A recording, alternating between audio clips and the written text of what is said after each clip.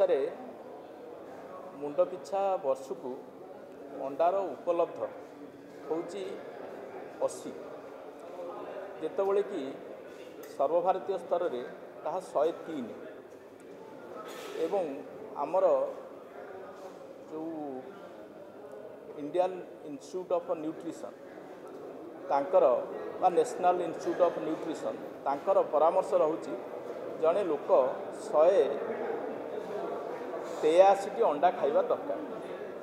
अर्थात 2 दिन को थरे गोटे अंडा खाइबा दरकार। तेणु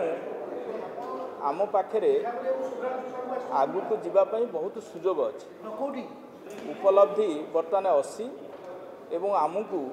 103 दे 183 पहुँचबार अच्छे बेले बेले आम मानक असंभव लगुथ आम सब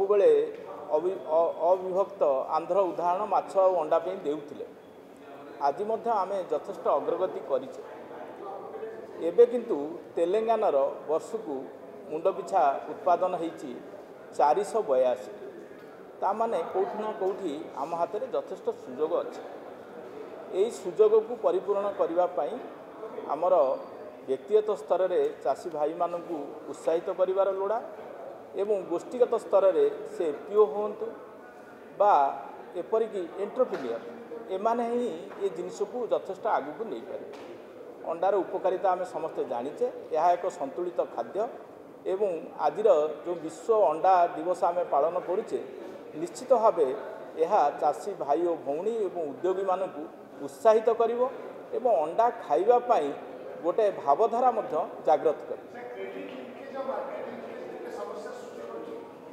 मुझे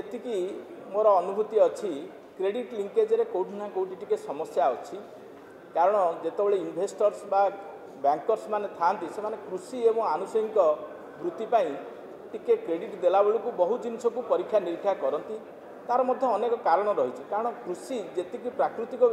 दुर्विपाक द्वारा प्रभावित हुए अन्य कौनसी व्यवसाय सेते प्रभावित हुए ना आउ मार्केट लिंकेज मार्केट जेहेतु आमर डिमांड तुलन में आमर सप्लाई कम अच्छी तेणु मार्केट आम पे समस्या नहीं किंतु मार्केट को आम संयोजित करिवार अच्छी व्यवस्थित करिवार अच्छी।